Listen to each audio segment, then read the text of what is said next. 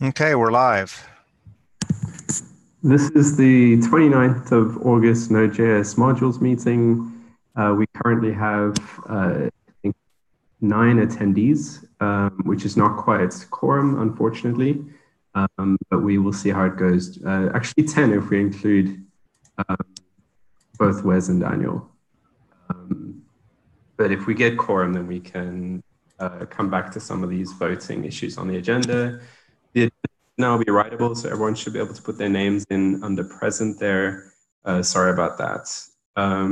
So diving in, I think if we can actually make it the first item, Salah, are you around? Yeah, I'm here. Yeah. So you said you wanted to maybe just do an update on the developer server that we've been talking about. Did you want to just mention what you've been working on there? And for the time box, we're looking at about ideally 3 to 5 minutes, if you can keep it to that. Yeah, would it be possible to just open the issue that I mentioned in the comments? Sure. Oh, I can paste that link in now. Yeah. So just it would be easier with a little bit of a visual. So yeah, it's going to be a little bit unconventional compared to the open process that we usually follow. Basically, the hope is to actually prepare questions that are suited for a lot of people with different mindsets. My hope is to have a survey that would be very beneficial by October. So in the event, it would actually be rolled out either online or at the booth or something. I'm not sure what would be the best way to present it. But it starts with the premise that, yes, we all know what questions to ask, but that is irrelevant because a question has to be asked in a way that gets the best kind of, the most reliable kind of feedback. It's easy for us to, as a group, to always eventually get very used to the questions when we rewrite them over and over again.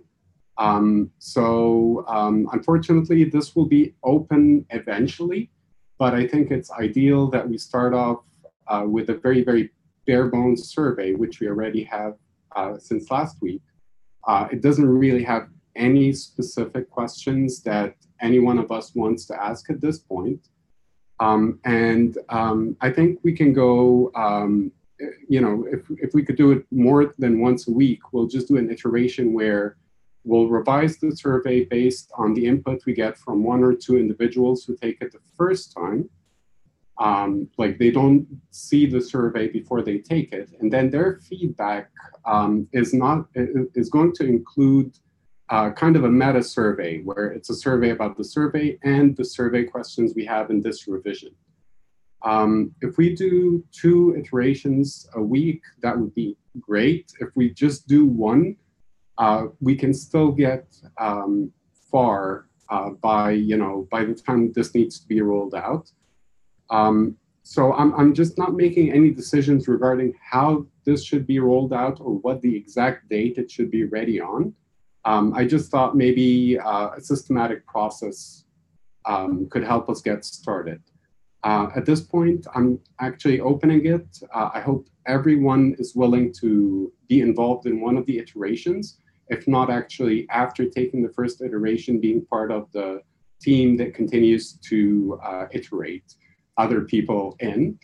I hope this actually, really helps us get as much insight by next month's event or the following month's events, basically.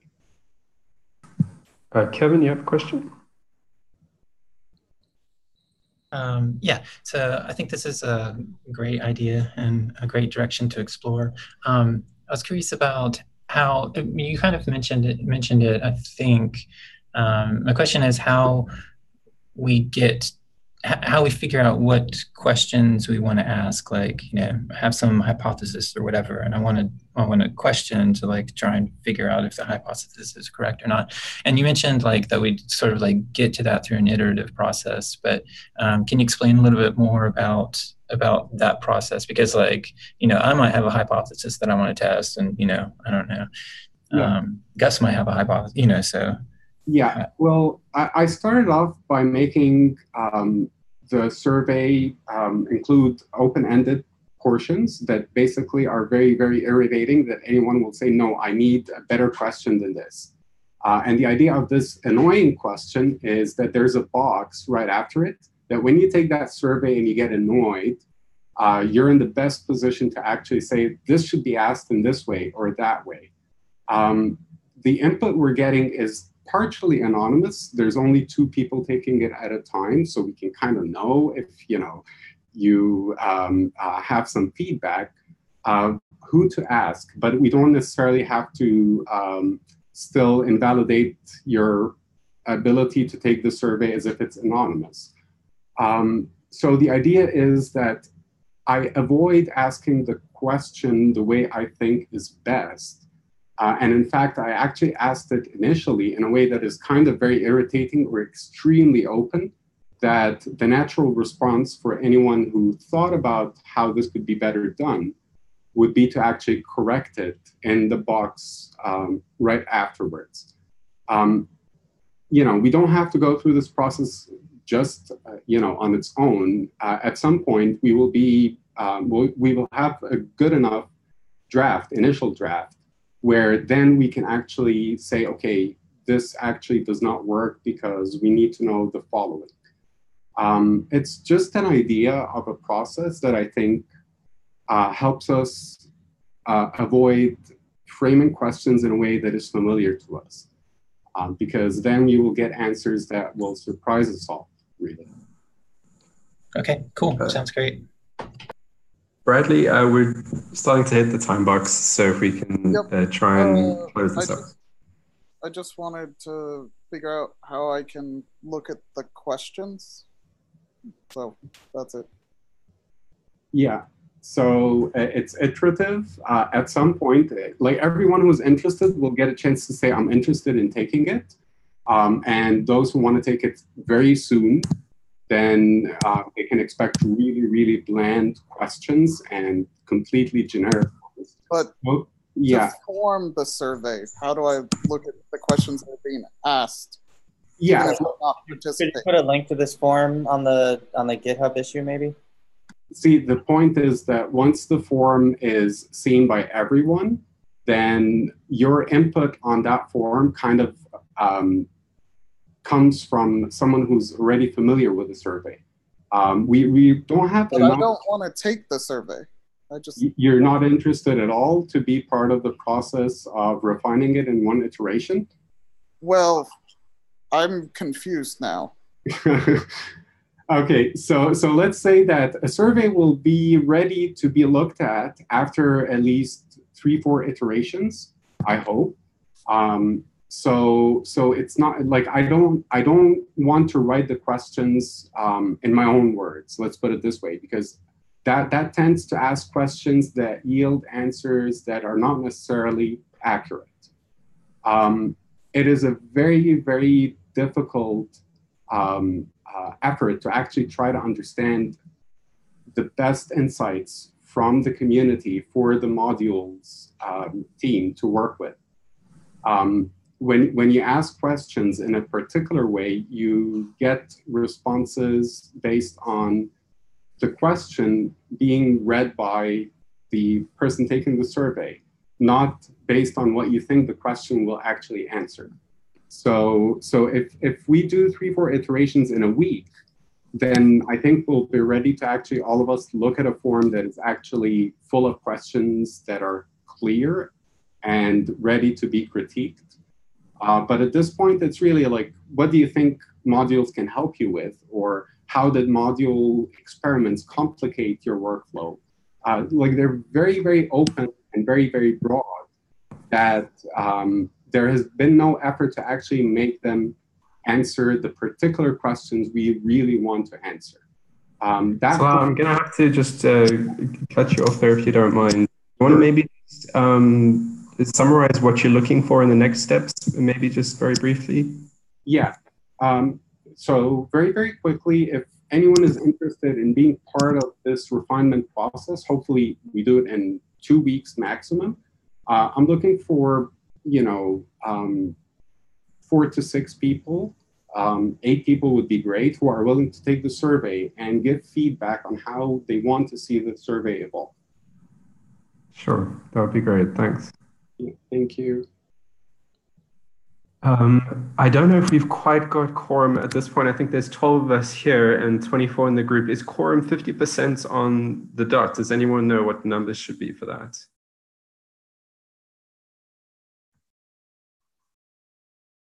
Because otherwise we can vote on some of these PRs, or should we wait until we've got 13?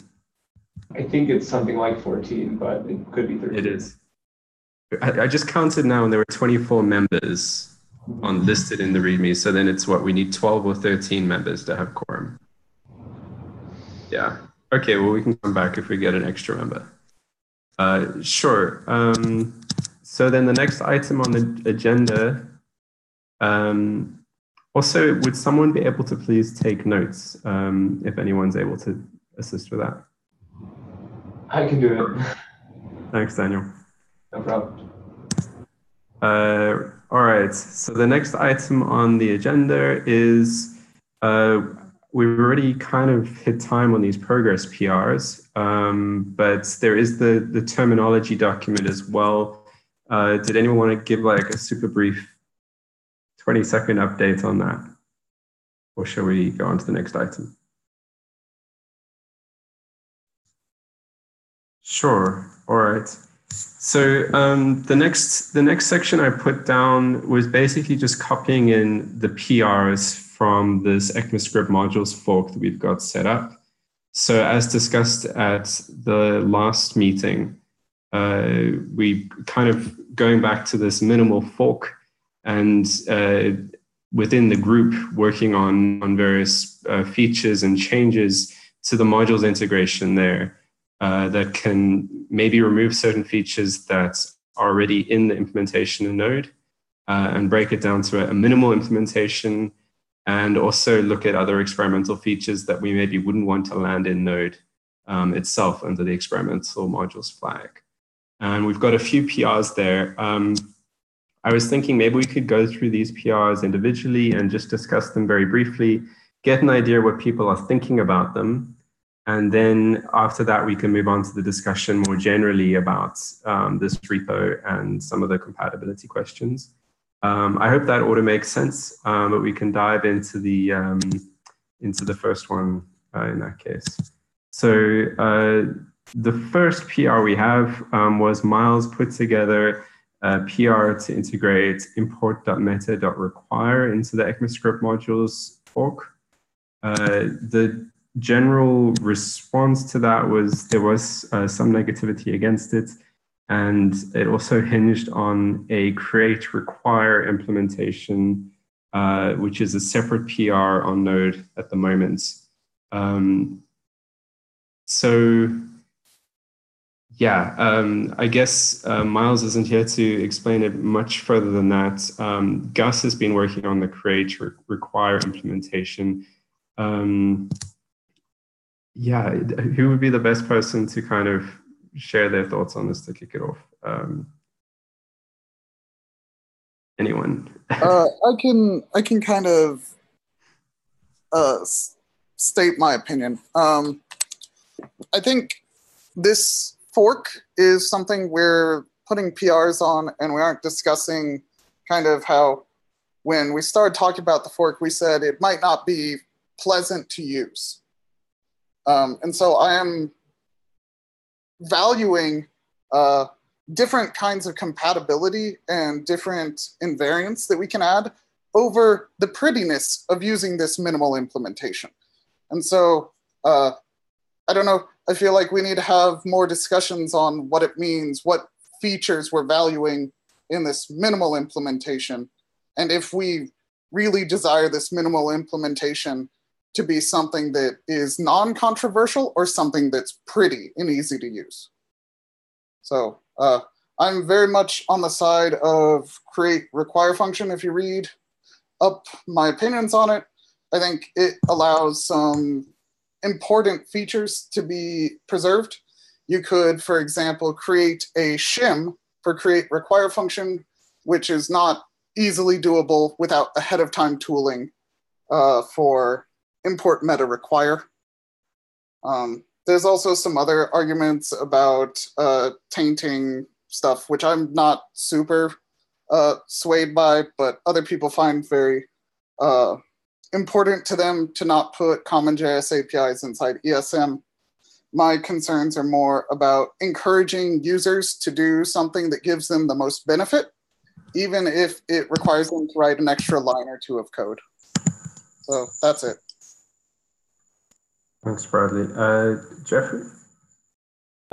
Yeah, I just had a question. I thought the idea behind this was to kind of start small with things that are least controversial and least complex. Like I thought we had talked about like CommonJS interoperability being something that we just push off to be way down the line. Like, and yet this is the first PR. Like, couldn't we maybe just like kind of table this PR until we've got much more of this built and then revisit like, hey, how do we want to handle CommonJS? It does sound like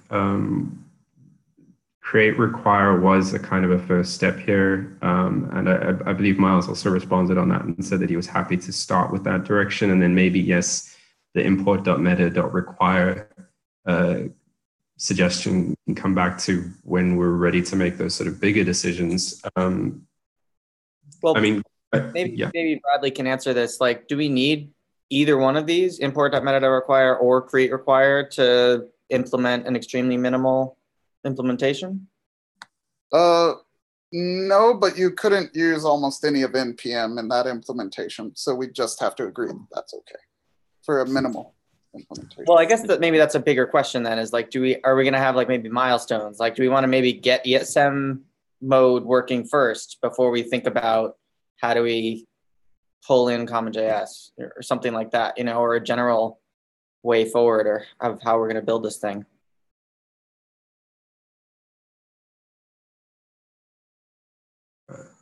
I don't know. We don't really have that discussion up right now. So, yeah. Maybe we should add that to the list to talk with Miles next time. I don't know. Jordan? Yeah, I mean, I think this is something that we do need to decide. Like, this was brought up when we talked about a minimal implementation. Like, we don't know what minimal means. And also, what's the goal of the minimal implementation? Like, is the goal to try and provide a playground so that we can, you know, some sort of a playground so we can like achieve consensus faster? Is the goal like so that we can write code? Because like, I don't think the hard problem here is ever writing the code or getting an implementation. The hard part continues to pretty much primarily be agreeing on stuff. So like, I think it's useful to implement whatever we've agreed on, of course. And the faster we do that, the better. But like, what does minimal mean? Like, I don't think it's a very minimal kernel if it can't work with NPM stuff. But like, is that something we're okay with? Like, would it be useful to people to have something that allows you to use ESM, but not to use, you know, 90% of the JavaScript on the planet? Like, is that sufficient? If so, okay, then we can build that. I don't know. I think it's hard to figure out how to productively discuss pull requests for things that that we have no clear agreement on, or even a lot of direction towards that. Gus, what was the status of that create require PR in Node? Is that something that looks like it's moving forward? Yeah, there have been some reviews on that. There's been some conversation. I actually just pushed a bunch of changes based on that. And it can move forward. It's not a PR. It's not a PR against our fork. It's a PR against core, because it exists for other things besides ESM. So we can move forward with that separately from the other stuff. Sure, and then maybe come back around on this one as well, depending on how that goes. I'll move on to the next item because there's 4 of these PRs. If I can even find these notes. Okay, the next one was Miles posted another PR up to remove the file extension, adding and the directory lookups that we have in the current resolver. And that was pull request number 2. And I believe it removes them pretty much universally, support for that stuff. So it's kind of going back on, what Ryan said were his mistakes back in the day. Yeah, who would like to share some thoughts on this? Jordan. Yeah, I think if I like your mention to Ryan's talk, I mean, everything he said was a mistake is the sole reasons that Node is popular. So I like just flatly like endorsing those views is something I would object to on top of like actually implementing them. I think that there's a very short list of features in CommonJS that I think we could get consensus on being subpar, like node path, for example. And those are the sorts of things that shouldn't be available in ESM. But I think that the majority of things that you can do currently with CommonJS are things that we'll need to be able to do with ESM. And I think that that being opportunistic and taking leveraging the creation of a new module system or the implementation of a new module system to try to retroactively change past decisions is, I think, not going to be very productive. Jeffrey? I think there's maybe a differing understanding of like the process here and the goal here. Like I think what Miles was going at with minimal implementation was not that the end result would be minimal, but rather that we would like start with nothing, like start with, a fork of Node that didn't have any modules of any ESM implementation in it at all, and just could gradually build up piece by piece based on like the parts that we agree on. That's what I was getting at with like adding CommonJS interoperability later. Like, I think the idea is to eventually have a complete or nearly complete modules implementation that could just kind of replace experimental modules. I bet it'll probably overlap considerably with experimental modules. But it was more about the process of like agreeing on things piece by piece. So like this PR in particular about like removing the resolution of directories and so on. I think the idea is remove it for now, and then, it could certainly come back later, but we should discuss how it comes back. Like, does it come back as part of package name maps, for example, or something else? But I don't think that this is meant to be like, this is a change and this is permanent moving forward. I think it's meant as like part of the iterative process of this. Bradley? So if it was phrased that way, I wouldn't be so heavily against it. It comes up in another PR we've got on the agenda. There are claims of doing these PRs in the name of package name maps, which is not the kind of workflow for a minimal implementation that Jeff was talking about. So if it was just about removing features to create a design space, rather than saying we're removing this in order to match another design space, I'd be more okay with it. As it stands, we repeatedly get into cases where we're talking about package name maps or web compatibility, and it seems, especially in these PRs on this minimal implementation, that we don't really agree on if the web matters for compatibility, which is an interesting change in dynamic from when this group was formed. So that's it. Okay, the next PR that we have is, I'll actually go to the last one since it's the same topic. I created a PR in the same vein as the one that Miles created, removing extensions and directory lookups, but with the difference that the changes were done, the removals were done only in the case where you're resolving from a module in a package to another module in the same package. And the idea with that was to try and retain some of the use cases that we have for default extensions around things like MJS falling back to JS, acting as a dual package mode convention, things like the fact that we do need directory indexes in some places, and then keeping compatibility, using the package boundary to keep compatibility between the fact that typically in Node, you want folders to behave like packages on your local file system, so you can backtrack from one project folder into another project and load it as if it were a package, even though it's a relative or it's an absolute file system path. So it was a kind of a reworking of the same ideas, trying to build around that.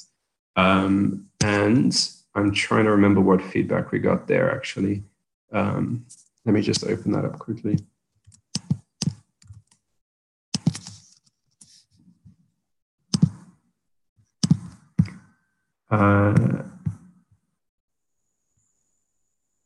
So I think it was Jordan and Gus who mostly responded on that one. Bradley, do you still have your hand up there, or is that from the last question? It's still up. Okay. Did you want to share some thoughts? Kind of the same deal here. This is being done in the name of package name map compatibility, it looks like. They're in other PR for import meta require. We have people kind of voting that, oh, we can just use ahead of time tools. If we're talking about using ahead of time tools, I'm not sure what value to users of Node this PR gives. If it was rephrased as well to be like, oh, we're trying to reserve some sort of design space and we're stripping out behavior in order to get that so it can be redesigned, that'll be fine. As it stands right now, the framing makes me very uncomfortable to be relying on a very alpha spec and also having non-consensus on if we need to support browsers natively or only using ahead of time tools. That's it. Right. So to be clear, the design space that's being reserved with this type of PR it is package maps, and it's saying that with browser package maps, you'll be able to resolve any bare specifier, but if you have a relative imports, currently package maps don't have a mechanism by which those can be resolved. And so I object to using that as logic to land this. Because it's too alpha and that could change. Not just because it's too alpha. I have strong objections to package name maps that I've worked in multiple places.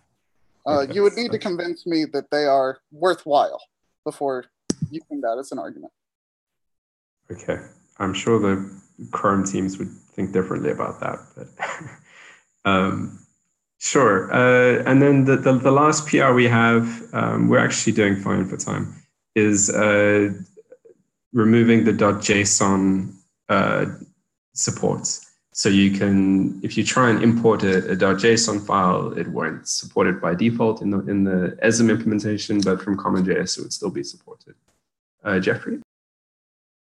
I think when we talked about this with Miles, I thought we had said like that he was going to create a fork and then basically strip out all this stuff and we would basically add it back in. So like we would add in support for JSON, add in support for .node, et cetera.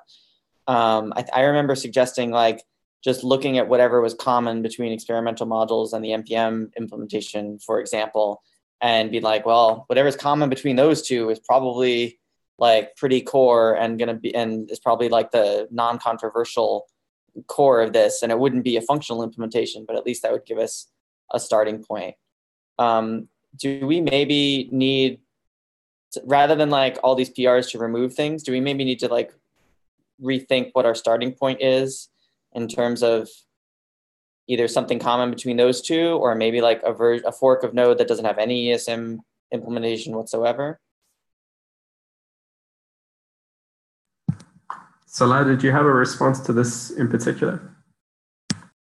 Yeah, I'm thinking that like the removing JSON, there are a few things that are changing that if anybody built experimental projects that are trying to see whether or not experimental modules work, will require a lot of refactoring. I'm just recommending at this point to maybe add a module that people can import that will allow them to do the things that they were not able to do in the new implementation that they were able to do in experimental. So a replacement to import a JSON file dynamically instead of actually doing import dynamically and getting that to import the JSON, there would actually be just a replacement function exposed from that module. This way, it will be easier for everyone to accept, drastic changes that might break things that, that are in their experimental projects, right? So to be able to test the same code as we move forward.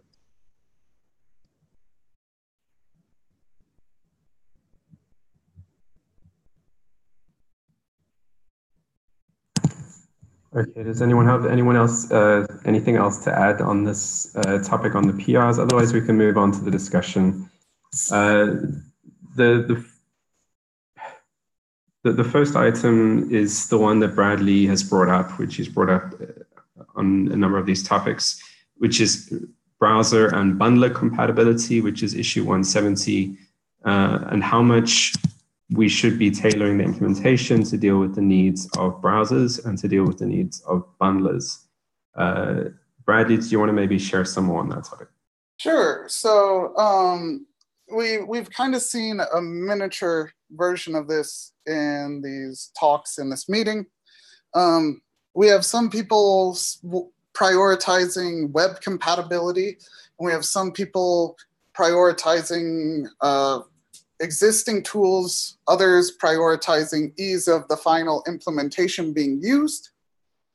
And that gives us a wide range of what we're trying to discuss here.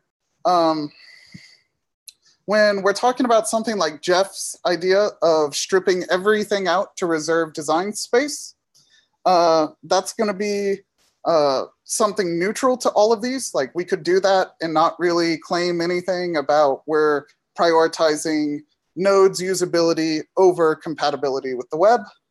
And I'm just kind of trying to figure out, we need to come to an agreement on what level of support we care about for the web. And it could be 0. Do we care about these ahead of time tools? Do we care about people who are trying to create ES modules purely for the web and having a compatibility so that they could do that in a way that they could also write stuff for Node?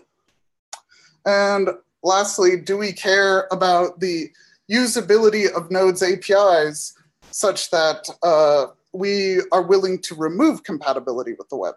And that's kind of the 3 options I see for us. And in these PR comments, I'm seeing all 3. Sometimes people vary even amongst themselves for different reasons. And so I want to try to get this group just to agree on that, one of those 3 things as a baseline. And there will be exceptions, but as a baseline, like, are we trying to ship something that could reasonably work on the web as it is? Could we reasonably ship something that ahead of time tools can generate for the web and have it work pretty much out of the box? Or do we want to ship an implementation that is reasonably easy to use for Node users, even if it doesn't allow it to be easily replicated on the web? So yeah, that's it. Jeffrey, did you still have your hand up there? No, I just raised it. So we did kind of already come to an agreement on this when we did the features list. And remember there were like those 2 like extremely high priority features that got like pushed to the top of the list. One was like spec compatibility or spec compliance, and the other one was browser compatibility. So that was kind of already voted on and agreed to, and like it was nearly universal that like that was something we wanted. Now maybe it hasn't been defined clearly enough that like, there people that are like something like the automatic file extension resolution is like not something browsers support, or more or less support, or likely to ever support. And so people who have said like, yes, we need to be compatible with browsers, maybe think it's somehow okay for Node to do that, and that's not presenting a browser compatibility problem. I don't know. That's maybe something we should talk about. If I could venture a definition for myself, it's, NPM now has all these modules that run on, that are meant to be used in browsers. I would want us to make an ES models implementation that encourages, if not forces, like new NPM models that are using ESM to work in browsers whenever possible. Like, yeah, if they import the FS module, of course, they're not going to work in browsers. But like, aside from, limited unavoidable exceptions, we really should be pushing users to create models that work in both environments. So yeah, I'm actually not going to give my opinion to the question, but rather say that I think if we take 4 or 5 days, anyone interested to help me put together a questionnaire, but just for us on these particular kind of questions, those questions can eventually make it to the actual survey as well. But the focus is, if we prepare it in a week and we give everyone in the group 1 week to be able to just say, and anonymous is actually not a bad thing at this point, anonymously, whether or not they want support, whether all these hot topic questions would be formed in a yes or no, or choose, rank, something like that. And then when we have that data next meeting, it will be easy to rationalize, but also have a snapshot of where we stand in the, a real vote, really. I think it's hard sometimes to count a vote when people are trying to elaborate things and get distracted, from the actual point into other questions. So maybe that would be a good effort if anybody supports that.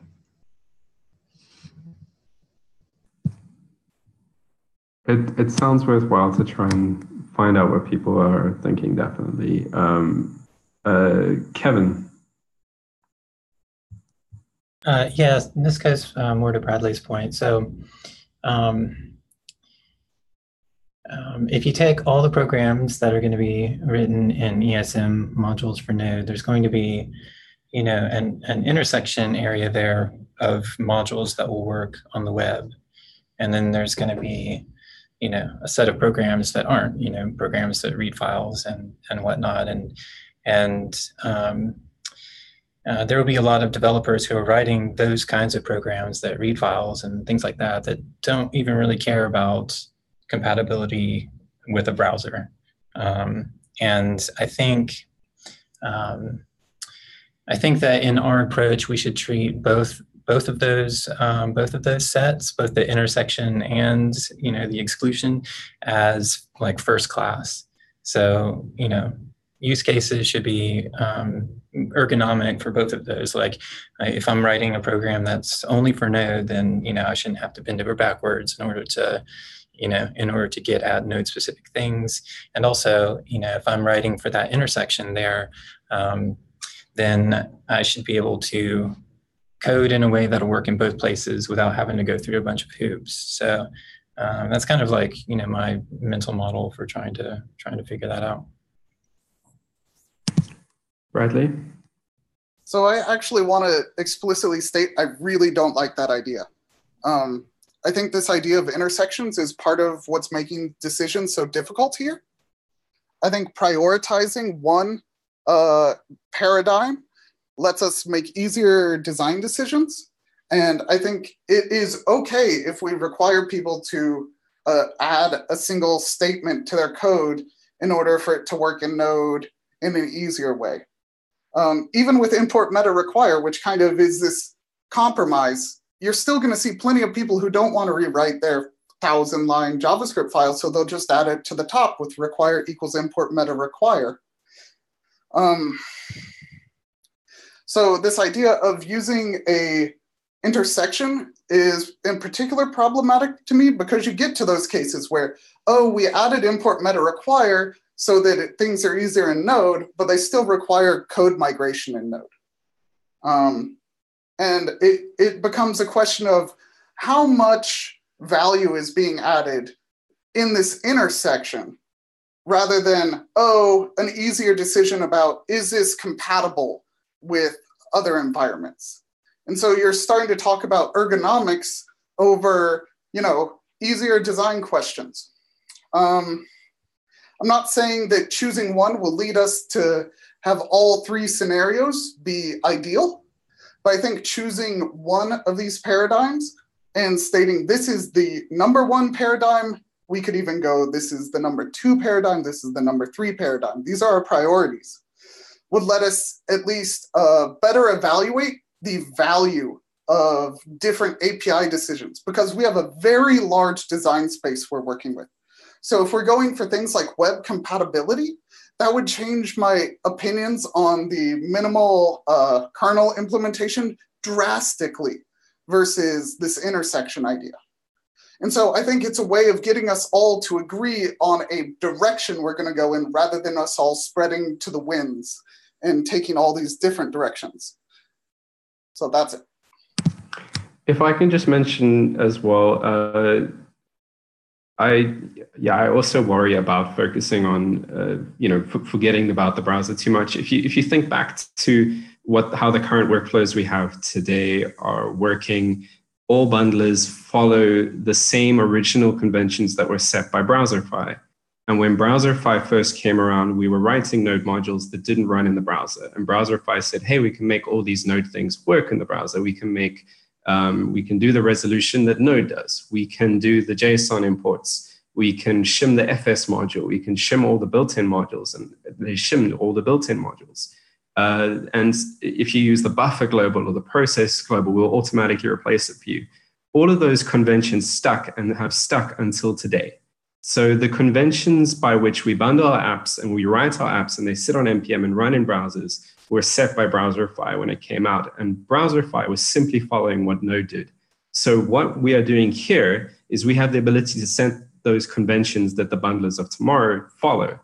And we can see a step ahead because we can see that this happened with Browserify and we can see what that route was and realize that we're in a position to change things for the better here. And that's my point.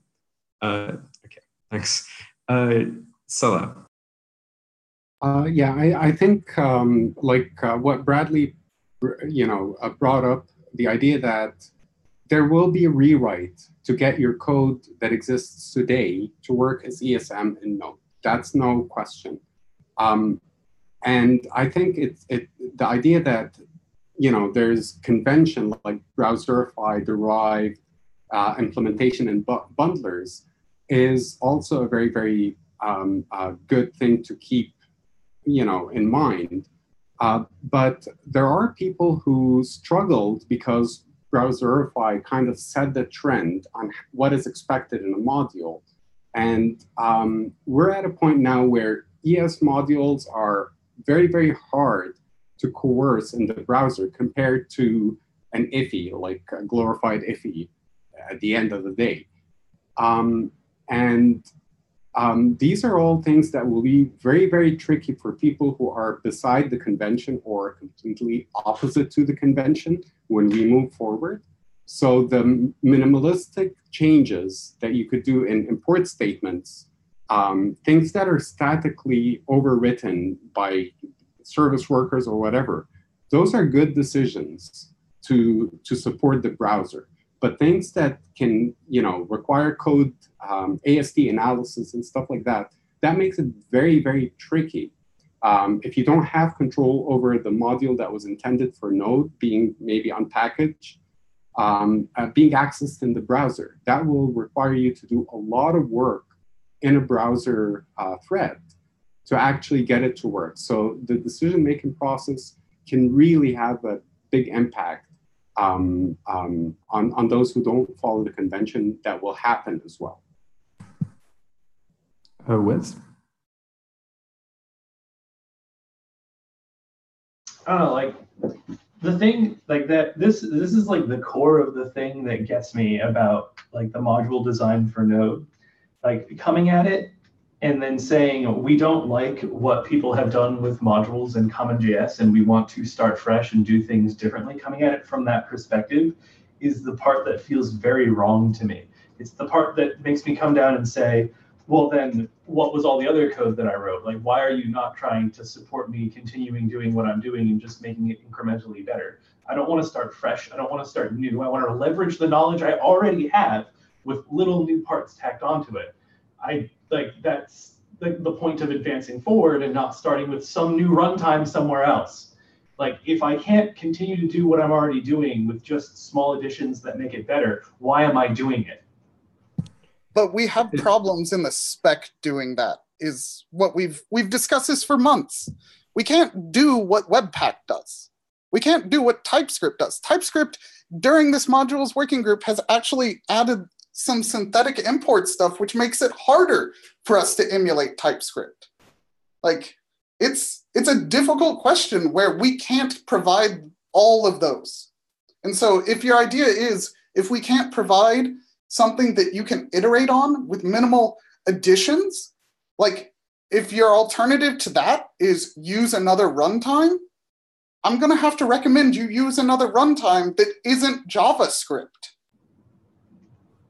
Like my point is, like, if the module, like if the ES module ecosystem or build process is so divorced from the CommonJS one, how different is it from another runtime? Aren't you just shipping two runtimes that have a loose coupling to one another at that point? Like, if you want to take the opportunity of ESM to strip all the globals out, change all of the APIs, and make everything different, why are you starting with the initial runtime in the first place? Why aren't you doing that? And the reason is, it's because you're trying to capture those initial old users and you're trying to bring them forward. So why aren't you trying to help those people all of the way? Why aren't you making it so they can adopt as much as they can?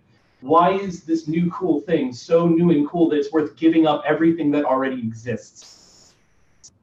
Wes, could you maybe describe what in particular you're arguing against here from a proposal point of view? I mean, when we were looking at the fork, we had the sort of 4 PRs that we've discussed. Are you arguing against all of those, or the principle behind them? Right. So I've had two stances during this, and like the issue I take is with the middle ground. Going for this intersection is the worst thing you can possibly do for Node.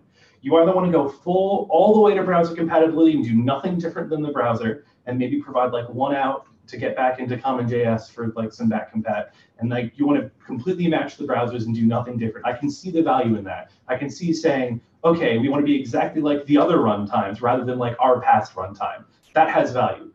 I can also see saying we want to be as much like the people who have already been using ES modules in Node in a transpiled fashion. We want to do everything we can for them to make the transition as smooth as possible. We want to do everything we could like we did in the past. We want to keep all of our old APIs around. We want to make everything available like it was before. We want to iterate slowly and move forward and evolve things incrementally rather than in a big bang fashion.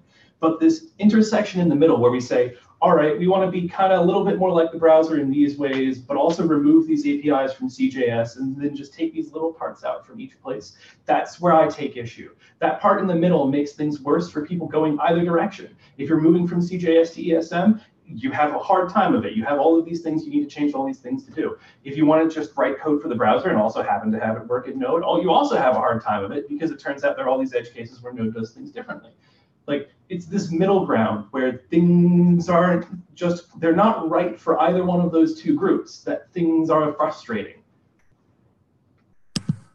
Bradley? So I actually want to ask Wes a clarifying question a little bit. So what about the cases where we can't match these pseudo ESM implementations from Babel, Webpack, TypeScript, wherever? Like, how do you feel when we can't give you that incremental approach and you do require people to rewrite code? I mean, 2 weeks ago, we had someone from the TC39 saying that we would be able to get named imports after a couple iterations from them. So, like, what parts? I am the current champion. I think we can do a lot of stuff. We can't get 100% compatibility. I think we can get maybe 80%. But what else was there? Like, I don't see it.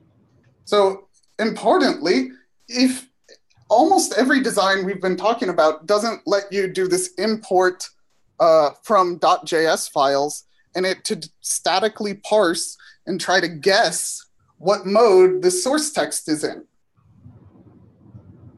Like we have things besides named imports that are going to be requiring you to alter your configuration, your source code, whatever.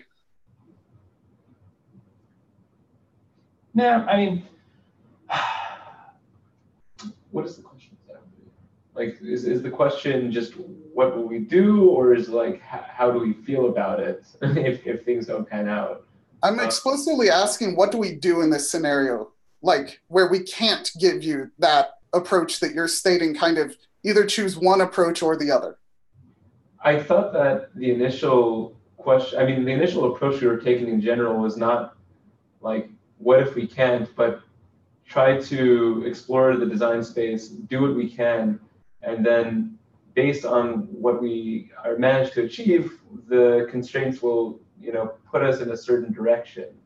So that was kind of the goal of this working group, is my understanding.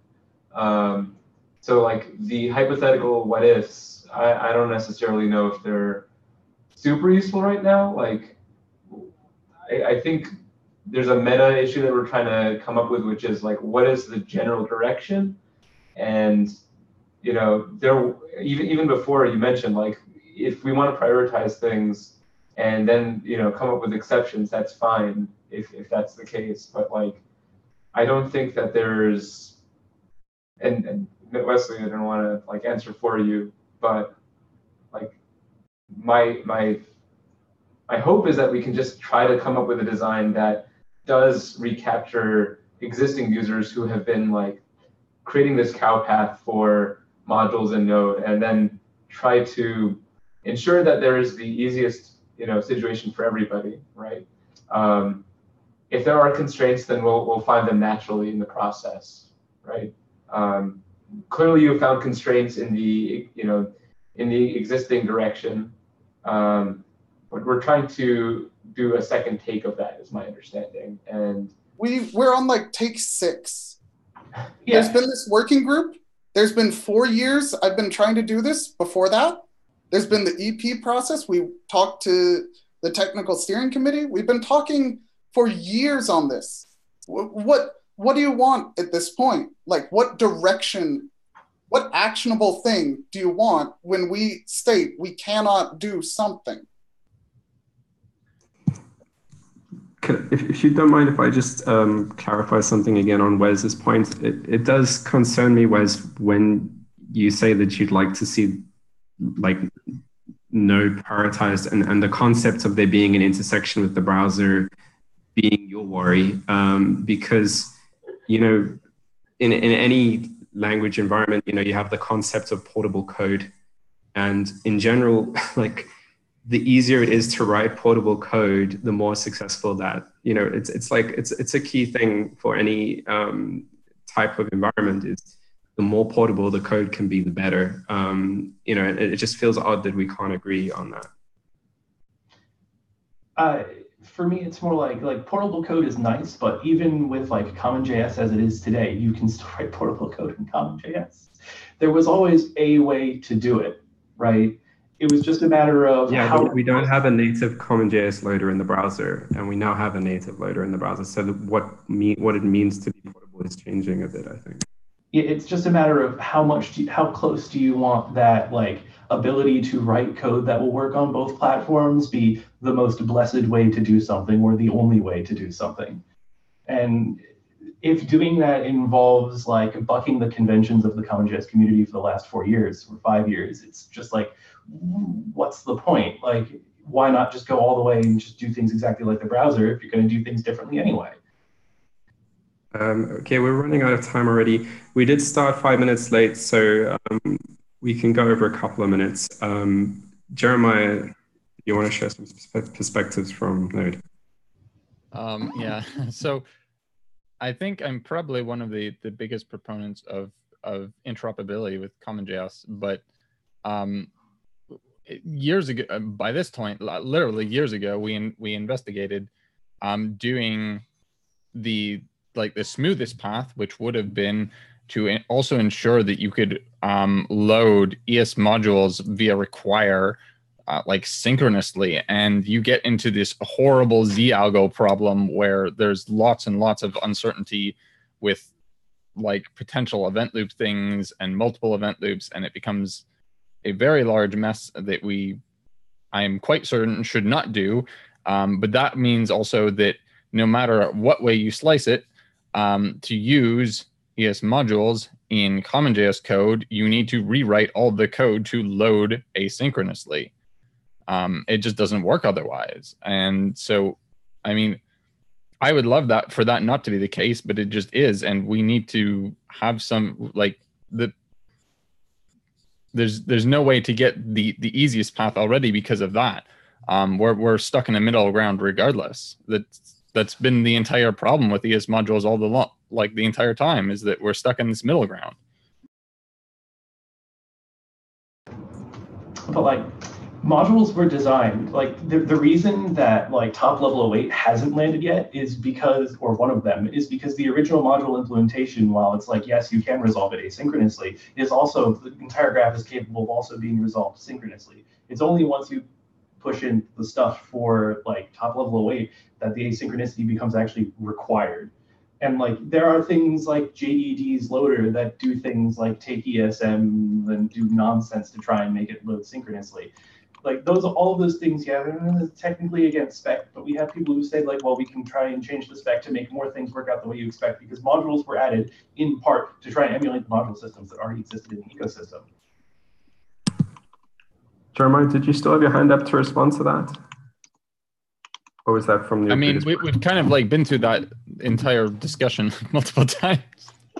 I would like that to happen, but I don't have very much faith in it happening. Okay, we now have quorum. Welcome, Jay Dalton. Yeah. We're actually nearly out of time.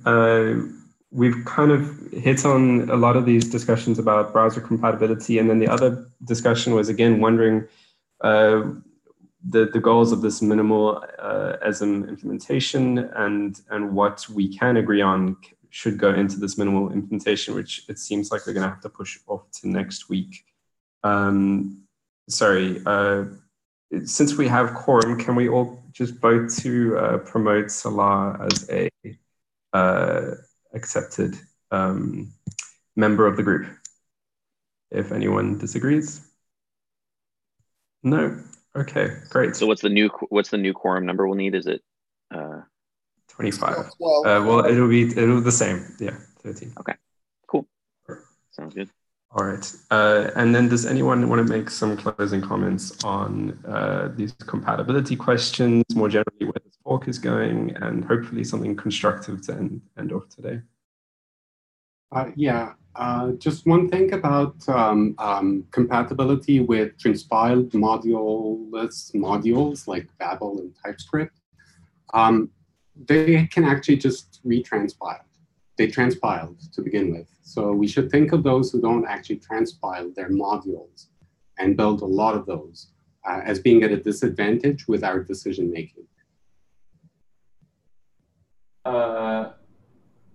It's not as easy as just retranspile your modules or recompile your modules, rather. Like the issue for us has nothing to do with the output format. It's the fact that the same input format can mean 4 different things. Like right now it can mean 2 different things, and that's already a problem. If Node does something different than the browser or different than what bundlers already do, it can mean 3 different things. That's an even bigger problem. That's the problem, right? That's our problem.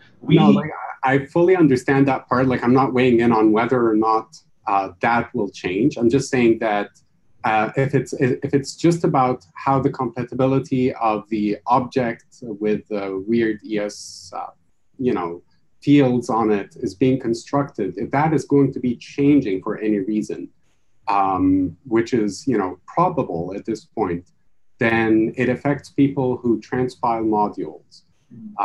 It doesn't necessarily affect people who write ES modules intended for the browser, whether or not we do support them as is in Node, or support modules that are written for Node exactly as is in the browser. Just, if it was transpiled recently, it most likely can be retranspiled. It's a good bet compared to someone who writes code by hand, having to go through all their modules. You can search and replace and whatever, but it's still a manual task compared to one that is already automated. Okay, we're going to have to cut off there for today. Let's put on the agenda for next time more of these compatibility questions, and hopefully we can make some progress towards finding out what we agree on in terms of what the subset can be for this fork. I'm going to switch off the YouTube now.